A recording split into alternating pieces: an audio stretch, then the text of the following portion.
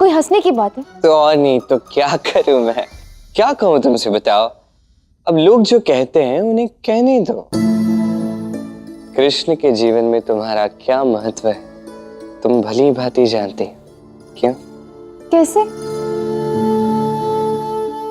मुझे तो ये तक नहीं पता कि तुम विवाह किससे कर रहे हो। कौन है वो कन्या, कैसी दिखती है, कहाँ रहती है? संयम, बस संयम रखो और ये सारे प्रश्न बचा कर रखना, स्वयं उसी से पूछ लेना। अर्थात तुम मुझे उससे मिलवाने वाले हो? हाँ हाँ, तुम्हारी स्वीकृति मेरे लिए कितनी महत्वपूर्ण है तुम नहीं जानते। यदि तुमने मना कर दिया तो मैं उसे विवाह नहीं करूंगा।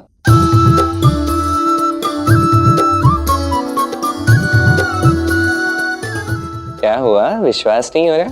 नहीं नहीं, ऐसी कोई बात नहीं। जैसी भी बात हो ये जान लो, यदि तुमने उससे विवाह करने के लिए स्वीकृति नहीं दी तो मैं उससे विवाह नहीं करूंगा।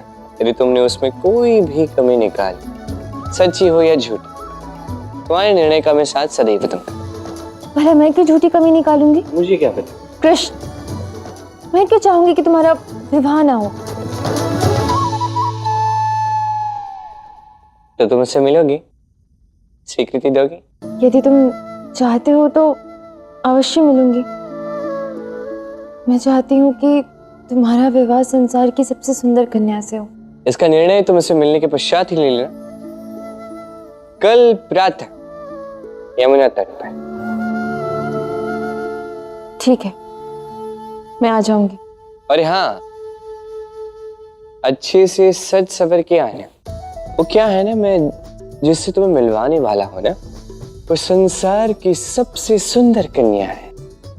और सुंदर कन्या का तात्पर्य है सबसे सुंदर कन्या।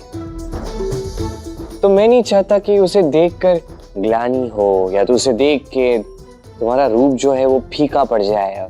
मेरा मुख फीका पड़ेगा? मुझे ग्लानि होगी? ऐसे स्वप्न में भी मत पड़ो तुम। नहीं, मैं तो बस तुम्हें सावधान कर रहा था। कर दिया ना सावधान? जाओ अब, मैं आ जाऊंगी कल। मैं भी देखती हूँ कितनी सुंदर कन्या है वो। देख क्या रहे हो, जाओ भी।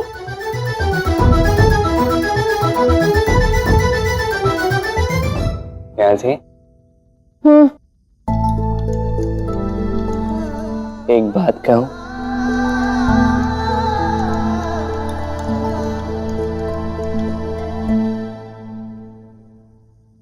समय पे पहुंच जाना। शांत शांत,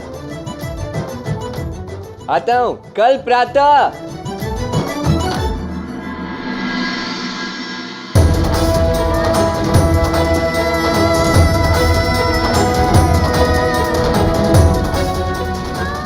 राजकुमारी, मुझे भय लग रहा है। सच कहूं तो भय तो मुझे भी लग रहा है। तो भय की दीवार पार करके ही प्रेम प्राप्त होता है सुनेत्रा। मैं कृष्ण से मिले बिना नहीं रह पाऊंगी, मुझे जाना ही होगा। ठीक है, अपना ध्यान रखना, शीघ्र लौटना और सुरक्षित भी। मैं आ रही हूँ कृष्ण, और 100% तक पहुंच भी जाऊंगी, तब तक कहीं जाना नहीं।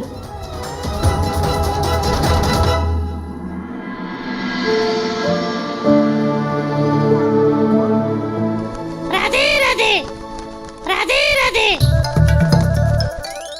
क्या हुआ राधे? कृष्ण को तो तुमने ऐसे दिखाया कि उसके विवाह से तुम्हें कोई अंतर ही नहीं पड़ रहा। शुका, मुझे सताओ मत, मेरे जाने का समय हो गया। मैंने तो बस सत्य कहा था। अरे भूल गई कृष्ण ने क्या कहा था? आज सच सच कर जाना है, तो सच तो हो जाओ। क्यों श्रृंगार करूं मैं अपना? कृष्ण ने कहा ना कि वो संसार की सबसे सुंदर कन्या है, तो मेरे श्रृंगार करने से क्या बदलेगा? और हाँ, कृष्ण का प्रिय सखा शुका, यदि वो कन्या सत्य में सबसे अधिक सुंदर हुई तो मैं स्वयं कृष्ण से उसका विवाह करवाऊंगी। राधे राधे। और मुझे कोई अंतर नहीं पड़ेगा, ना ही मैं असुरक्षित अनुभव करूंगी। देख लो, अच्छा तो यही होगा कि तुम श्रृंगार कर लो। नहीं करना है मुझे श्रृंगार। मैं भी तो देखूं कि ऐसी कौन सी कन्या है कृष्ण जिसकी इतनी प्रशंसा कर रहा है।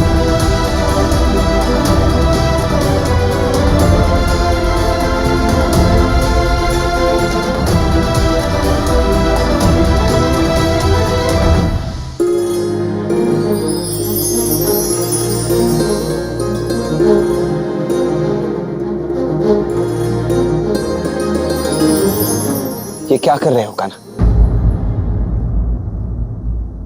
निमंत्रण बना रहा विवाह का। ये तुम उचित नहीं कर रहे हो कान्हा। तुम राधा की भावनाओं के साथ कैसे खेल सकते हो? आप जानते हैं ध्रुव, मैं जो भी कर रहा हूँ किस कारण से कर रहा हूँ। इससे हमारे जीवन के आगे के मार्ग खुलेंगे, प्रशस्त हो। एक बार पुनः सोच लो कान्हा, क्योंकि जो तुम कर रहे हो उसके बड़े घातक परिणाम हो सकते हैं। क्या होगा यदि ये चाल उल्टी पड़ गई तो? यदि राधा ने इसे सकारात्मक रूप से लिया ही नहीं कान्हा, तो क्या? मैं जो कर रहा हूँ उचित कर रहा हूँ था।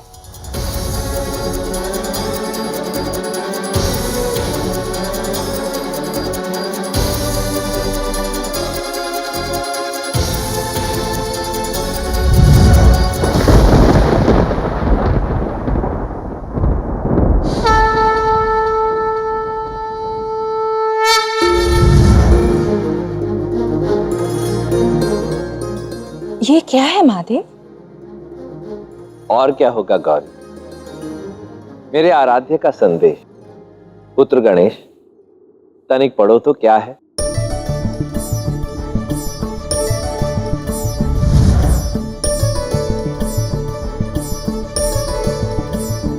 सदन निमंत्रण, कृष्ण के विवाह का समय कल भोर, स्थान यमुना का तट।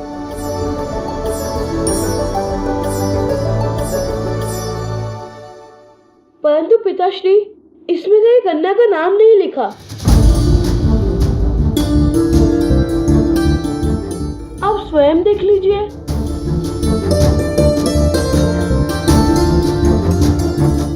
अरे हाँ, अब ये कैसी लीला है मेरे भाई की? निमंत्रण में कन्या का नाम ही नहीं है। भला श्री कृष्ण ने कन्या का नाम क्यों नहीं लिखा? यदि हमें कन्या का नाम जानना है तो जाना तो होगा ही। भला कौन है ये कन्या? गौरी, तुम्हारा भाई लीलाधर है गौरी, और उनकी लीला केवल वही जाने। ये कैसी लीला है? कन्या का नाम तो है ही नहीं। देवी सरस्वती, ये कैसा अधूरा निमंत्रण है।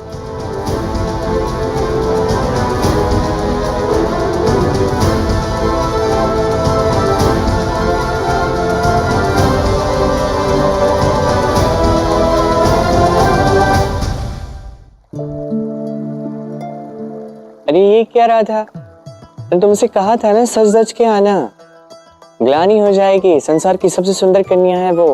यदि उस कन्या से अधिक सुंदर दिखने के लिए मुझे श्रृंगार करना पड़े तो ऐसे श्रृंगार की कोई आवश्यकता नहीं है मुझे। वाह, क्या बात कही तुमने। ओहो, हृदय छू लिया। नैसर्गिक रूप पे इतना विश्वास होना अच्छी बात है। संसार की हर एक कन्या को तुमसे प्रेरणा लेनी चाहिए। बातें ना बनाओ, बताओ कहाँ है वो कन्या? अरे धीरज रखो, आ रही होगी।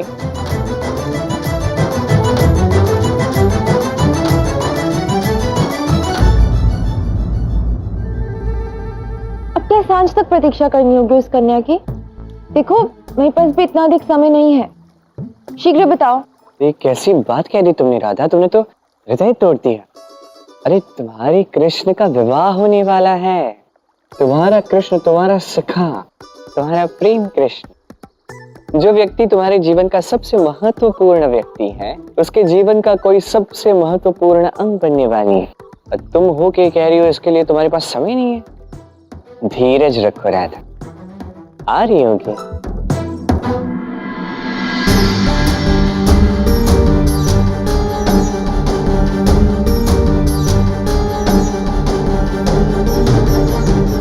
बहुत हो गया कृष्ण, इस प्रकार मुस्कुराकर मेरा क्रोध और मत बढ़ाओ।